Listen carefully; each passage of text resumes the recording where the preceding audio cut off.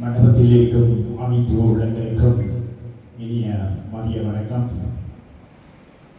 நாங்களும் இந்த வருடந்தவை தங்குவோம் அமைப்பு உண்மையிலேயே ஒரு சிறிய விளையாட்டாக ஒரு கேம் ஷோவை செய்துதான் இந்த ஃபங்க்ஷனை உருவாக்கியிருந்தோம். 2014ஆம் ஆண்டிலிருந்து இன்று வரையும் இந்த நிகழ்ச்சி தொடர்ந்து கொண்டிருக்கின்றது. நாங்கள் அந்த நிகழ்ச்சியை ஜனவரி மாதத்தில் முதல் கிழமையில் அதை செய்தோம். நாங்கள் அந்த நிகழ்ச்சியை செய்வதில் யாரிடமும் டிக்கெட் காசோ ஒன்றுமே இல்லை. நாங்கள் எங்களுடைய சுவிஸில் வாழுகின்ற, அதாவது எங்களுடைய சிட்டியில் வாழுகின்ற பிள்ளைகள் பெரியவர்களுடைய பட்டிமன்றங்கள், டான்ஸுகள், பரதநாட்டியங்கள், சிறியவர்களின் பேச்சுக்கள், கவிதைகள், அதன் மூலமாக அவர்களை அந்த மேடைக்கு அரவழைத்து மற்ற நண்பர்களுடைய வடை, கட்லட், ரோல்ஸ்கள் அப்படியான இதுகள் அவர்கள் செய்து கொண்டிருந்து தருவார்கள்.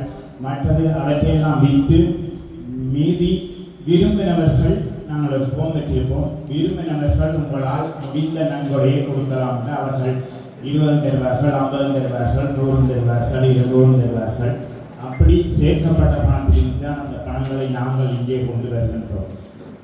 முக்கியமான விடயம், இங்கே வருவது போகிறதெல்லாம் என்னுடைய சொந்த செலவில் தான் நாங்கள் வருகின்றது, போகிறதெல்லாம். அதான் நாங்கள் இப்போ யாரிடமாவது நாங்கள் ஒரு உதவியை செய்யலாம் என்று சொன்னால் அவருக்கு ஆடு வேண்டி கொடுத்தோமோ, இல்லை மாடு வேண்டி கொடுத்தோமோ, இல்லது அவருக்கு இப்போ இந்த இரத்த பரிசோதனை செய்வதற்கு போக்குவரத்துக்கு காசு தான் தேவை என்றாலும் அவர்களிடம் குறிப்பிட்ட பணத்தை கொடுத்து அந்த போமிலே கையெழுத்து வேண்டும். ஏனென்றால் இந்த கணக்கு வழக்குகளை நாங்கள் அங்கே அவர்களுக்கு அடுத்த நிகழ்ச்சியில் இப்படி திரையிலே காண்பிப்போம்.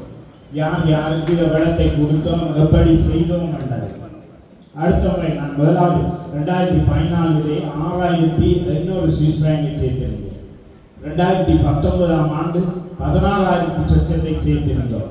இந்த கொரோனாவில் 2 வருடம் நாங்கள் வர முடியாத போதும் எங்களது நிகழ்ச்சியால் இந்த கொரோனாக்களில் இந்த மல்லாவி, திருவோணமலை, மட்டக்களப்பு, யாழ்ப்பாணம் சகல இடங்களிலே இந்த வருடந்தோறை தங்குவோம் அமைப்பின் சார்பில் அவர்களுக்கு எங்களால் முடிந்த உணவு பொதிகளை வழங்கியே இருந்திருந்தோம். மற்றும் வெள்ளத்தால் பாதிக்கப்பட்டவர்களுக்கும் வழங்கி இருந்திருக்கிறோம். சென்ற வருடம் கூட வவுனியாவில் 39 பேருக்கு நாங்கள் உதவி செய்தோம். வவுனியாவில் மாத்திரம் 3 வீடுகள் கட்டி கொடுத்தோம், 4 தொழிலகங்கள் கட்டி கொடுத்தோம், 10 பேருக்கு கோழிக்கூடு வழங்கி இருந்தோம். இந்த நாளாண்டையும் நான் மட்டக்களப்புக்கு போன்றேன். ஒரு பிரதானமான குடும்பம், முன் மரத்தில் பாம்புகள், 4 பிள்ளைகள் வாழ்கிறார்கள். கொட்டி 4 வருடமாக அந்த